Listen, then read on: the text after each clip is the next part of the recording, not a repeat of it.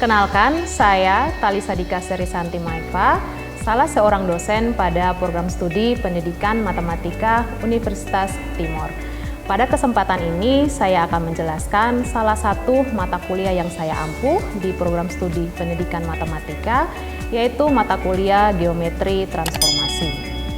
Mata kuliah Geometri Transformasi merupakan mata kuliah dengan bobot SKS sebanyak 3 SKS dan diberikan kepada mahasiswa semester 4 dengan mata kuliah prasyarat yaitu Penggantar Dasar Matematika, Kalkulus, Geometri Dasar, dan Geometri Analitik. Adapun video ini dibuat dalam rangka untuk unjuk kerja dosen sebagai bukti pelaksanaan Tridharma perguruan tinggi pada bidang pengajaran. Penjelasan saya mengenai mata kuliah ini akan meliputi delivery, interaction, dan assessment yang biasa disingkat DIA. Pada bagian delivery, saya akan memaparkan deskripsi mata kuliah, kemampuan yang akan diperoleh mahasiswa atau capaian pembelajaran, materi pembelajaran, serta metode pembelajaran. Pada bagian interaction akan dipaparkan bagaimana interaksi saya sebagai dosen dengan mahasiswa, dan yang terakhir untuk assessment atau penilaian akan saya jelaskan tentang bobot penilaian yang berlaku pada Universitas Timor. Yang pertama adalah mengenai deskripsi mata kuliah, capaian pembelajaran, materi, serta metode yang saya gunakan. Mata kuliah Geometri Transformasi adalah mata kuliah yang mempelajari definisi transformasi geometri, pembuktian sebuah pemetaan apakah transformasi geometri atau bukan, isometri, kolineasi, serta jenis-jenis transformasi, dan juga penggunaan aplikasi GeoGebra dalam pembelajaran mengenai jenis-jenis transformasi geometri. Terdapat 5 CPL Prodi yang dibebankan pada mata kuliah ini. Yang pertama, menunjukkan sikap bertanggung jawab atas pekerjaan di bidang keahliannya secara mandiri. Yang kedua, menguasai konsep teoritis matematika, meliputi logika matematika, matematika diskrit, aljabar, analisis, geometri, teori peluang dan statistika, prinsip-prinsip pemodelan matematika, program linear, persamaan diferensial, dan metode numerik yang mendukung pembelajaran matematika di pendidikan dasar dan menengah serta untuk studi lanjut. Ketiga, mampu mengambil keputusan secara tepat dalam konteks penyelesaian masalah di bidang keahliannya berdasarkan hasil analisis, informasi, dan data. Keempat, mampu bertanggung jawab atas pencapaian hasil kerja kelompok dan melakukan supervisi dan evaluasi terhadap penyelesaian pekerjaan yang ditugaskan kepada pekerja yang berada di bawah tanggung jawabnya. Dan yang terakhir, yang kelima, mampu merencanakan, mengimplementasikan, dan mengevaluasi pembelajaran matematika secara inovatif dengan mengaplikasikan konsep pedagogik didaktik matematika dan keilmuan matematika, serta memanfaatkan berbagai sumber belajar dan ipteks yang berorientasi kepada kecakapan hidup. Dari kelima CPL tersebut, kemudian diturunkan CPMK pada mata kuliah Geometri Transformasi. Yang pertama, mampu menjelaskan definisi-definisi dalam geometri transformasi. Yang kedua, mampu membuktikan transformasi geometri dan teorema-teorema. Ketiga, mampu mengoperasikan aplikasi GeoGebra untuk materi geometri transformasi. Keempat, mampu menjelaskan tugas mandiri tepat waktu. Dan yang terakhir, mampu bekerja dalam satu tim dengan baik untuk menyelesaikan permasalahan geometri transformasi. Adapun materi dari mata kuliah ini adalah yang pertama, definisi geometri transformasi. Kedua, pembuktian geometri transformasi. Ketiga, isometri dan kolineasi. Empat, involusi, transformasi balik dan langsung. Kelima, jenis-jenis transformasi. Keenam, refleksi, di mana akan dibahas tentang definisi dan pembuktian teorema-teoremanya. Begitu juga untuk translasi, rotasi, dilatasi, dan yang terakhir adalah penggunaan GeoGebra untuk refleksi, translasi, rotasi, dan dilatasi. Referensi yang saya gunakan ada 3 sumber utama. Yang pertama, buku dengan judul Geometri Transformasi, penulis Budiarto M. Teguh. Kedua, buku Tangkas Geometri Transformasi oleh Kurniasi dan Handayani. Dan yang ketiga, buku Geometri Transformasi terbitan dari Universitas Terbuka, tulisan dari Resmidi dan Darmi. Media pembelajaran yang saya gunakan sebagai tambahan selain media lain yang ada di kelas adalah pertama, video pembelajaran yang saya buat sendiri dan saya upload di YouTube dan dapat diakses oleh mahasiswa. Dan yang kedua, dengan menggunakan aplikasi GeoGebra. Adapun pendekatan pembelajaran yang secara garis besar saya gunakan dalam mata kuliah ini adalah pendekatan konstruktivisme dengan pemberian masalah, diselingi ceramah dan juga diskusi. Pendekatan ini saya pilih karena materi pada mata kuliah ini menggunakan pengetahuan awal yang sudah pernah mahasiswa dapatkan ketika SMA maupun pada mata kuliah sebelumnya, sehingga pengetahuan dapat dibangun atau dikonstruksi dari apa yang sudah mereka pahami hingga sampai pada mereka mampu membuktikan teorema-teorema yang ada pada mata kuliah ini. Dan pendekatan cooperative learning juga akan nampak pada pertemuan 13-15 ketika mahasiswa bekerja sama pada kelompok dengan menggunakan aplikasi GeoGebra. Berikut mengenai interaksi yang terbangun antara dosen dan mahasiswa dengan sendirinya muncul sebagai dampak dari penggunaan pendekatan pembelajaran yang saya gunakan, di mana pendekatan konstruktivisme yang digunakan pada mata kuliah ini, dosen dan mahasiswa berinteraksi. Dosen berperan sebagai fasilitator yang tidak hanya memberikan masalah untuk diselesaikan mahasiswa, namun juga memberikan bantuan kepada mahasiswa ketika mahasiswa mengalami kesulitan. Pemberian bantuan ini berupa clue-clue yang berjenjang agar mahasiswa bisa sampai pada tujuan pembelajaran yang diinginkan. Demikian juga dengan pemilihan pendekatan cooperative learning, suasana kelas akan menjadi tidak kaku, mahasiswa tidak hanya bekerja sama dalam kelompok bersama dengan teman sejawatnya, namun juga dapat berinteraksi dengan dosen tanpa harus merasa segan ketika memberi pertanyaan. Selain itu, mahasiswa juga diberi materi penjelasan yang sama dengan yang telah dijelaskan di kelas, di mana mahasiswa dapat mengaksesnya melalui akun YouTube dosen. Dan jika masih terdapat hal-hal yang ingin ditanyakan, mahasiswa dapat bertanya pada pertemuan berikutnya. Hal ini demi mempermudah mahasiswa memahami apa yang telah dipelajari di kelas. Yang terakhir mengenai asesmen, penilaian pada mata kuliah dilakukan secara objektif, di mana diperoleh mahasiswa melalui tes dan non-tes. Tes berupa pemberian tugas, kuis, UTS, dan UAS, di mana itu merupakan ujian akhir semester, sedangkan non-tesnya berupa hasil observasi dosen dan juga penilaian mahasiswa terhadap teman sejawatnya dengan pemberian angket oleh dosen pada pertemuan terakhir mata kuliah ini. Terdapat 6 tugas, di mana ada tugas individu dan tugas kelompok, dan 4 kuis. 3 tugas dan 2 kuis diberikan sebelum UTS dan sisanya diberikan setelah UTS, sesuai dengan RPS yang telah dibuat. Adapun bobot penilaian mengikuti aturan yang berlaku di Universitas Timor, yaitu tugas sebanyak 15%, kuis 10%, partisipasi dan kepribadian 15%, UTS 30%, dan UAS 30%. Totalnya 100%. 15% nilai tugas diambil dari rata-rata 6 tugas yang diberikan, 10% kuis akan diambil dari rata-rata 4 kuis yang diberikan, 15 partisipasi dan keaktifan akan diambil dari rata-rata observasi dosen dan angket penilaian teman sejawat mahasiswa, sedangkan 30% UTS dan UAS diambil dari nilai tes UTS dan UAS mahasiswa. Semua informasi tentang penilaian ini telah diberikan kepada mahasiswa di awal pertemuan mata kuliah pada saat kontrak perkuliahan. Demikian penjelasan saya mengenai mata kuliah yang saya ampuh, bagaimana saya mendelivery, berinteraksi, dan melakukan penilaian kepada mahasiswa. Berikut akan ditampilkan video pembelajaran pada kelas Geometri Transformasi dengan situasi pertemuan ke-14, di mana sesuai RPS mahasiswa akan mengoperasikan aplikasi GeoGebra untuk materi dilatasi.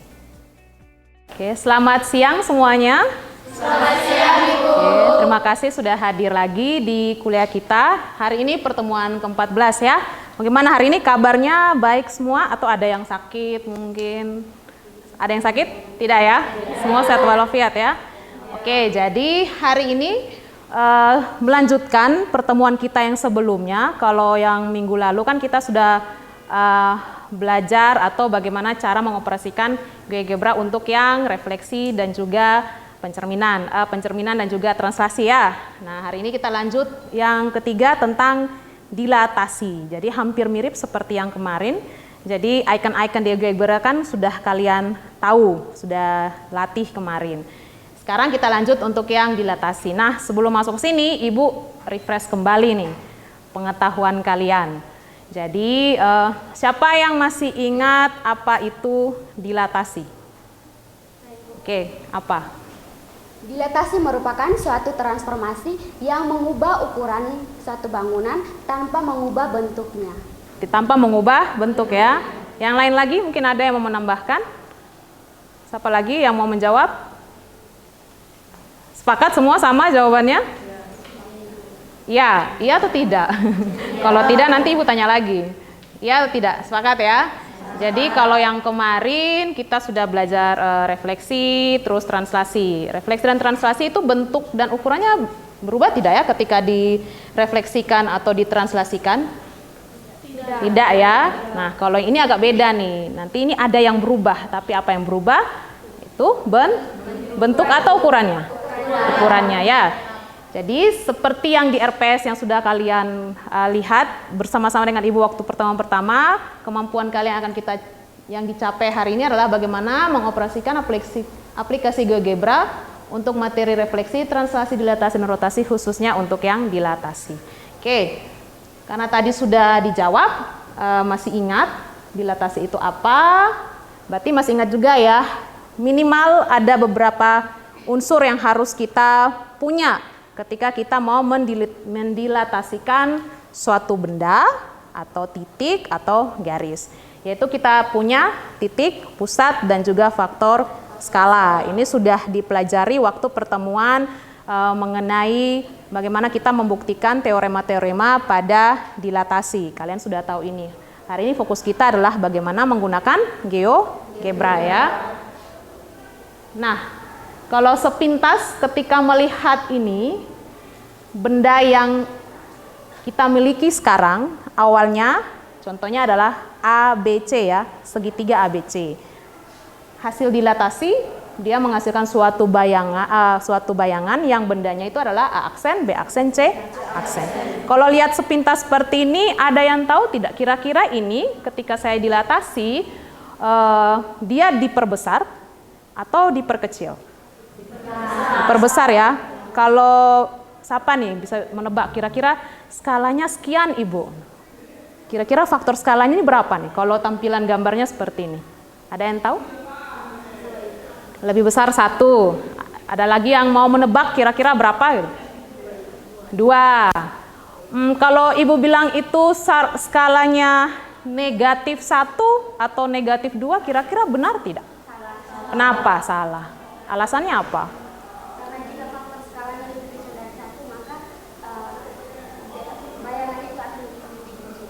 Bayangannya lebih kecil atau arah bayangannya yang berbeda. Tadi teman kalian bilang kalau negatif dia bayangannya lebih kecil. Oke, sekarang Ibu tanya, kira-kira arahnya kemana? Atau letak bayangannya itu kemana kalau negatif? Apakah di depan? Kalau ini kan di depan ya, depan bendanya ya. Kalau dia negatif kira-kira di depan atau di belakang ya? Nah, masih ragu-ragu ya. Nah, nanti baru kita lihat ya pakai aplikasinya ya, supaya tujuan kita kalian mahir menggunakan aplikasi ini supaya ketika lihat soal-soal seperti ini atau lihat kondisi situasi, kalian langsung bisa ngedetek dengan cepat, oh ini dilatasinya faktor skalanya positif gitu.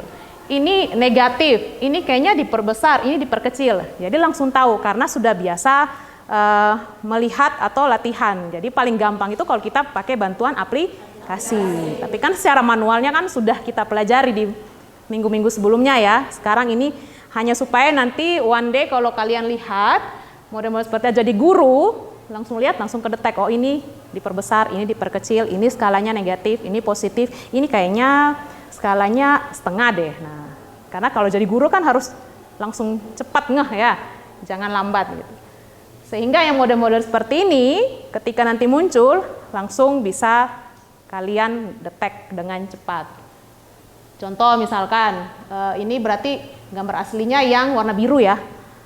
Nah, ada yang kuning, hijau, merah, kuning lagi yang di bawah gitu. Nanti bisa saja kita, misalkan ada yang bertanya atau kalian pengen langsung tahu ini skalanya berapa ya, faktor skala ini berapa ya. Apakah dia negatif, positif, maka itu Ibu coret ya. Supaya kalian masing-masing dalam pikiran mungkin bisa kira-kira ini kayaknya negatif 1, kayaknya ini 2 deh skalanya. Atau ini kayaknya 0 mungkin gitu. Kalau skalanya 0 bagaimana ya? Nah, jadi sebentar kita lihat ya.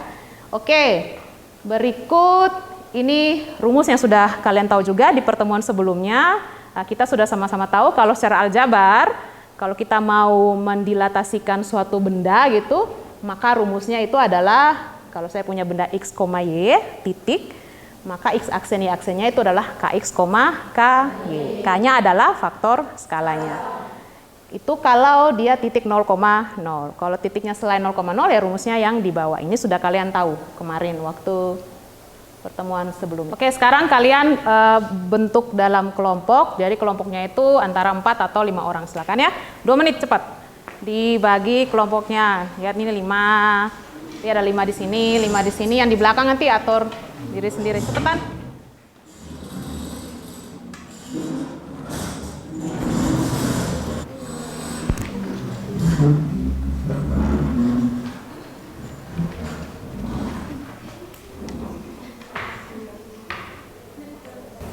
Karena kondisinya dalam kelompok tidak ada yang punya laptop, it's okay, kita bisa pakai handphone karena aplikasi ini bisa kita download secara gratis di Play Store.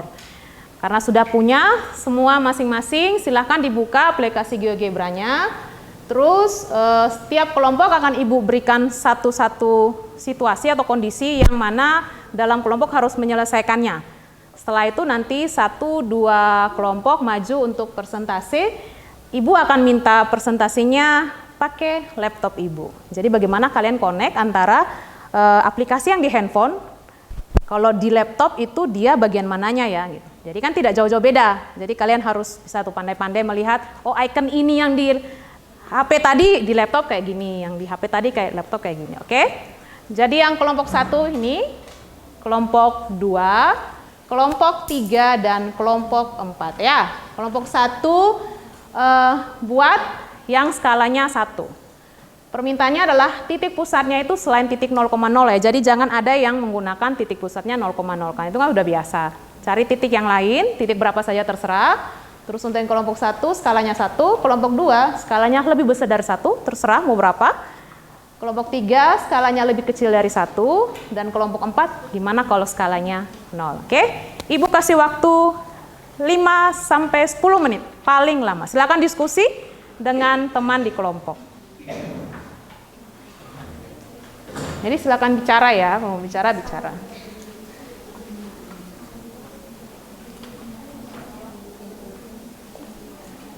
Karena ini diskusi, silahkan berbicara.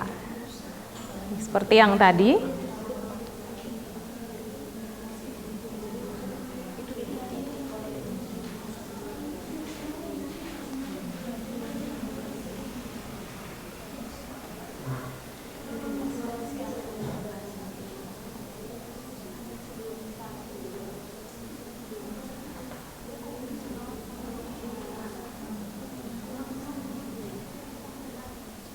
Ini silakan dimulai diskusinya, ngomong supaya kedengaran ngomong ya. Cara aja.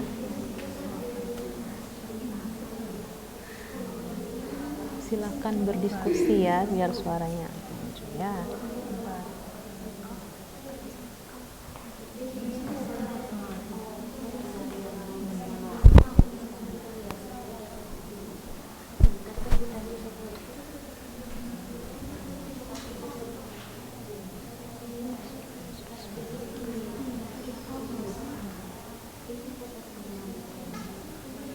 Tadi bagaimana cara buat bidangnya? Bisa kan? Nah, setelah itu titiknya mau pilih titik berapa? Ini titik berapa ini? No, titik berapa? Berapa koma berapa ini? Yang titik A ini? Hah? 4, sekitar 4, berapa nih? Y-nya berapa? Jadi tentukan titiknya dulu, setelah itu bidangnya baru cari dilatasinya ya. Ini sudah dipilih titiknya, titik berapa, koma berapa? 2,4. Bentuk bendanya apa? Segitiga, persegi, persegi panjang? Segitiga.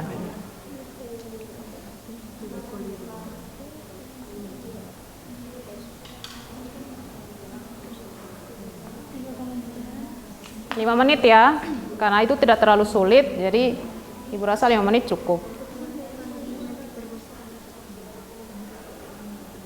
Ini sudah dipilih titiknya belum? Pilih saja sebarang titik, terus langsung buat bidangnya kan pakai itu.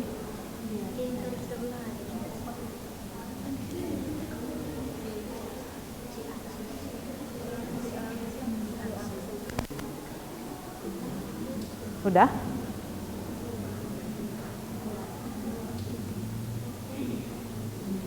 Itu dilatasi skalanya berapa? Kalian skalanya berapa? Setengah. Titik pusatnya? 4. Berarti nanti benda asalnya yang mana? Benda asal awalnya? Ini. Terus bayangannya?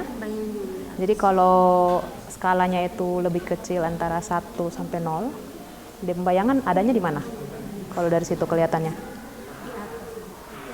Ini ada titik pusat, ini bendanya. Berarti bayangannya adanya di mana? Di belakang. Di belakang apa? Di belakang ini.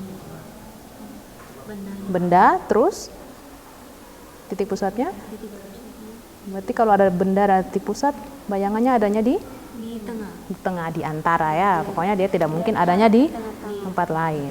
Kalau lebih besar, skalanya lebih besar, yang ada nanti kalau selain ini bisa coba yang lain, yang bukan tugas kelompoknya. Ini sudah?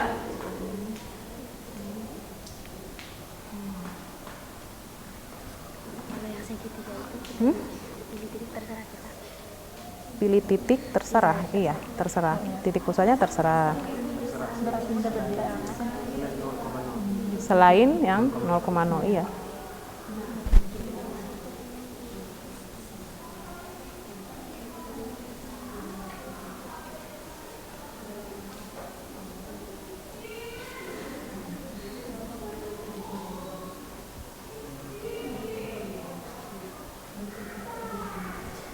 Oke, 2 menit lagi ya.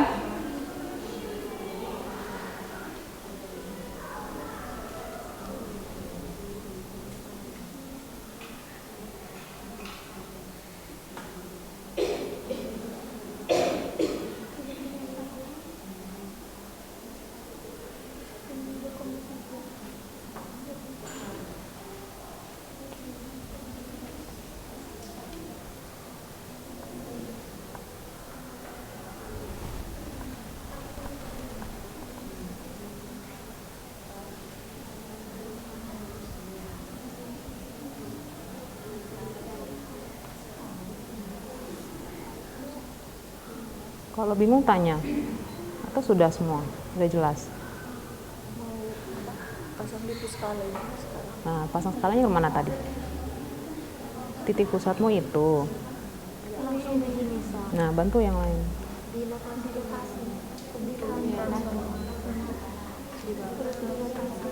Pilih dilatasi, mana dilatasi?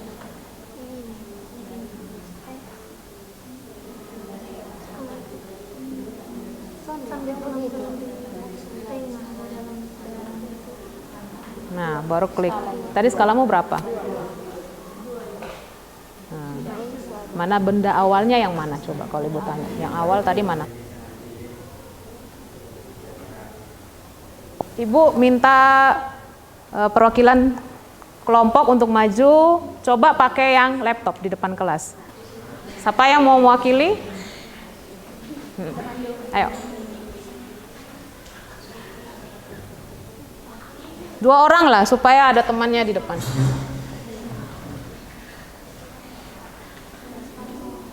Ibu bersihkan dulu supaya yang baru. Oke, silakan langsung buat aja bendanya Bayangannya titiknya terserah, tidak usah diomongin titiknya berapa, tidak apa-apa. Yang penting tunjukkan. Kembali ke sini. Sih, itu dua titiknya yang titik pusat.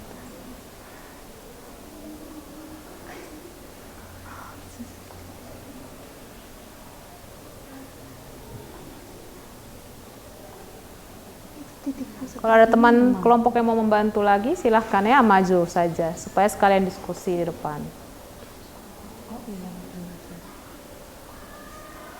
Oke.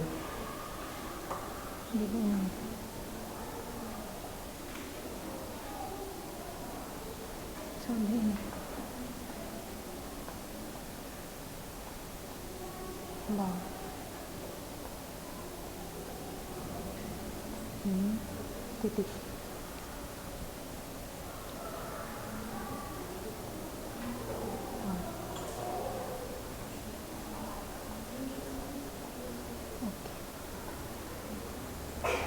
Sudah?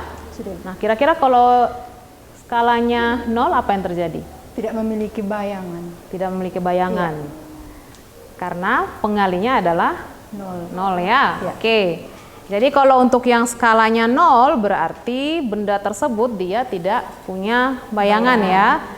Nah, coba sekalian nih karena sudah sekalian maju, kalau bayangannya itu lebih besar dari 1 seperti apa? Supaya nanti dikonfirmasi sama kelompok tadi yang bayangannya lebih besar dari 1 mana ya?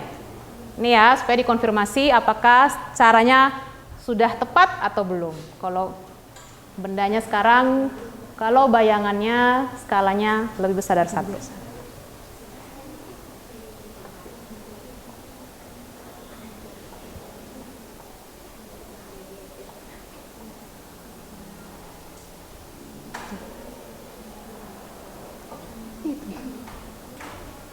Dia nanti ganti sekali. Oh, 2. Oke, seperti ini yang tadi kalian kerjakan. Nah, jadi sekarang Ibu tanyanya kelompok 2. Berarti kalau kelompok 2 kalian melihatnya seperti apa ya? Kalau bayangan dari sebuah benda ketika saya dilatasi, terus skalanya itu lebih besar dari 1, dengan kata lain positif, bayangannya itu adanya di mana? Di depan apa? Di depan benda aslinya ya. Terus kalau sama titik pusatnya bagaimana? Apakah ada kemungkinan dia akan berada di sana? Kalau bendanya itu BCD seperti yang depan, apakah ada kemungkinan kalau skalanya itu positif, bayangannya akan berada di belakang dari titik pusat atau tidak? Tidak. Tidak ya, kalau berada di belakang titik pusat tuh yang mana ya kira-kira? Coba sekarang skalanya buat lebih kecil dari 1 tapi yang negatif. Kalau negatif 2 bagaimana? Kalau skalanya negatif 2, coba dicoba. Langsung saja dari situ. Pilih bendanya tetap B, C, dan D. Titik pusatnya tetap D. Terus bendanya sekarang skalanya negatif 2. Bukannya itu, berarti yang tadi. Ulang lagi, nanti dia tidak mau.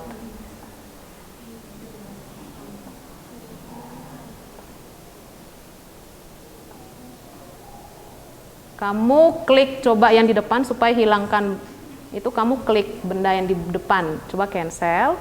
Setelah itu klik yang di depan dulu, klik benda yang di depan, yang bayangannya tuh, klik 1 kali lagi, 1 kali lagi.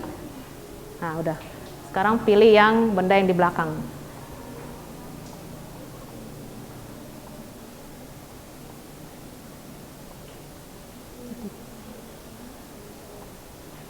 Negatif 2 coba. Tadi kan belum ada yang pilih negatif ya, walaupun tadi lebih kecil 1, pilihnya tadi 0,5 kan? Coba kalau skalanya negatif. Ya. Nah, ditarik ke depan sedikit supaya bayangannya kembali, awas jangan salah. Nah, kembali ke anak panah yang di ujung, setelah itu tarik supaya kelihatan.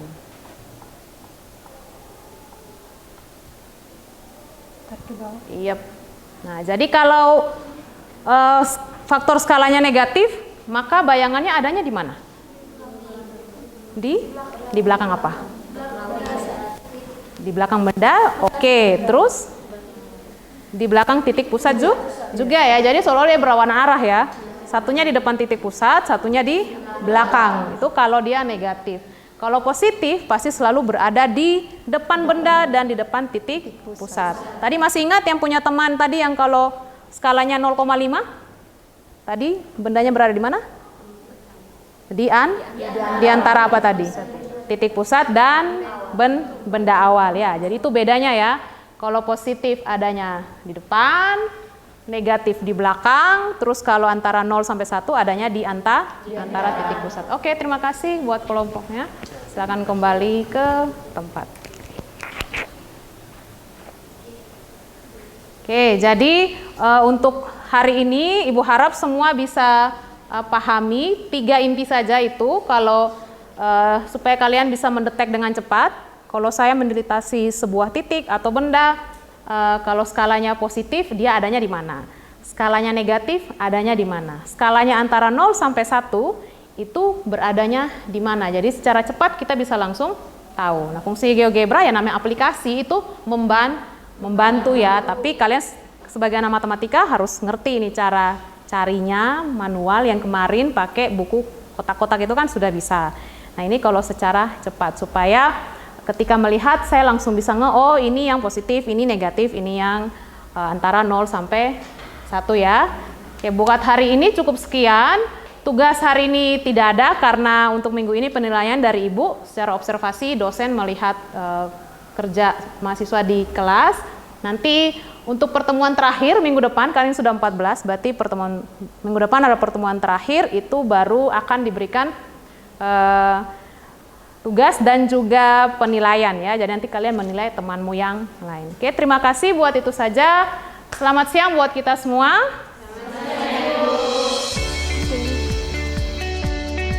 Demikianlah video pernyataan diri dosen untuk unjuk kerja Tridharma Perguruan Tinggi saya. Sekian dan terima kasih.